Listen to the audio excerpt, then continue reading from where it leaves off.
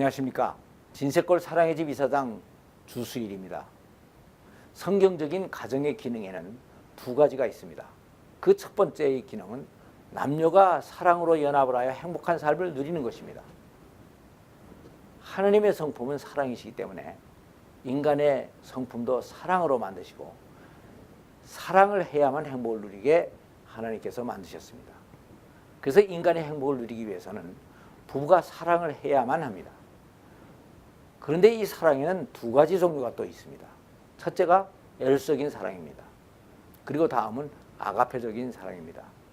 그런데 여기에서 부부가 사랑을 해야 한다고 한 이 사랑은 성경에 입각한 아가페적인 사랑을 말하는 것입니다.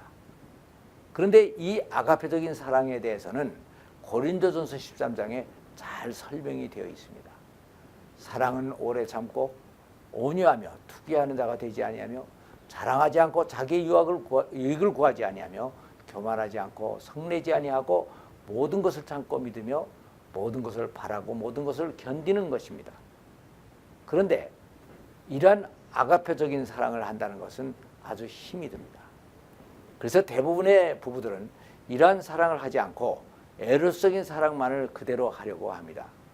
그런데 이 에로스적인 사랑은 남녀 간의 성적 매력이나 신비감을 기초로 한 것이기 때문에 오래 참지를 못하고 자기 유익을 구하고 성을 잘 내고 모든 것을 믿지 않고 조금만 어려움이 와도 견디지를 못하고 포기를 하는 것입니다. 그래서 이러한 사랑은 오래 가지를 못하고 권태기를 맞이하게 됩니다. 그러면서 부부간에 갈등이 생겨 이혼까지 하게 되는데, 이렇게 되면 본인들이 불행해지는 것은 물론 자녀들의 교육에도 아주 심각한 문제가 생기게 됩니다.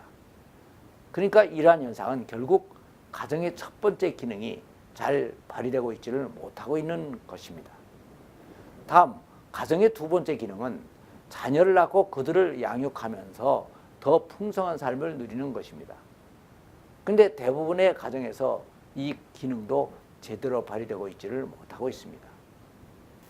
그 이유는 주로 부모는 자녀들에게 어떠한 존재이며 부모는 자식들을 어떻게 양육을 해야 하는가 하는 것을 잘 모르고 자녀들의 교육도 성경에 입각하여 제대로 하고 있지를 않고 있기 때문입니다.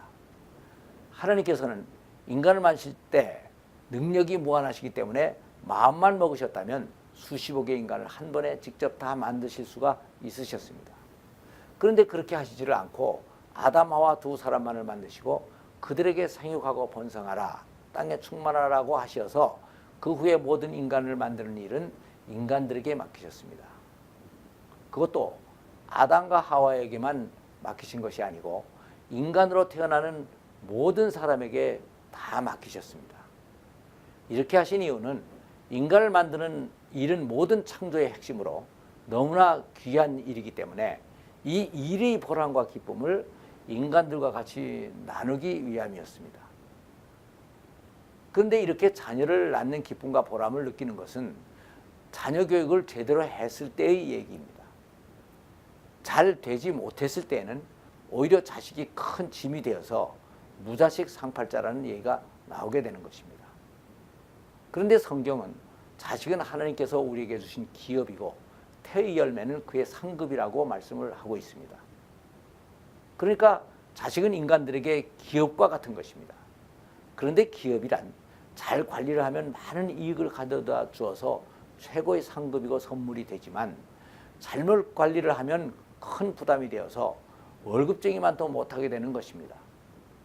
그리고 성경은 또 부모는 자녀를 정신적으로 육체적으로 이 세상에 낳고 양육할 의무를 부여받은 청직이라고 정의하고 있습니다. 그런데 청직이라는 것은 원래 소유권이 없습니다.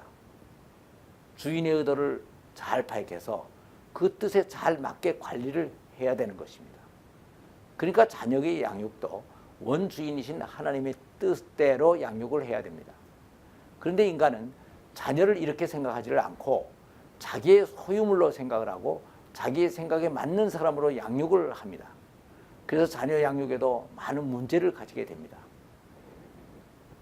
인간은 누구나 이 세상에 태어날 때 하나님으로부터 특별히 부여받은 재능과 역할이 있습니다. 그런데 이러한 소질과 역할과 잠재 능력들은 전혀 생각하지 않고 부모의 욕심에 따라 무조건 학교 성적을 올리고 돈을 많이 버는 직장을 가지도록 강요하면 자녀 교육이 잘못되는 것은 물론 그 아이들이 아주 불행해질 수밖에 없게 됩니다. 그래서 아이들이 하나님을 몰라보고 부모에게는 반항아가 되고 자신의 일도 제대로 감당하지 못하는 불행한 인생을 살아가게 됩니다. 이것이 바로 잘못된 우리나라 자녀 교육의 현 주소입니다. 저는 가정사역을 하면서 수많은 사람들을 대상으로 세미나를 했습니다.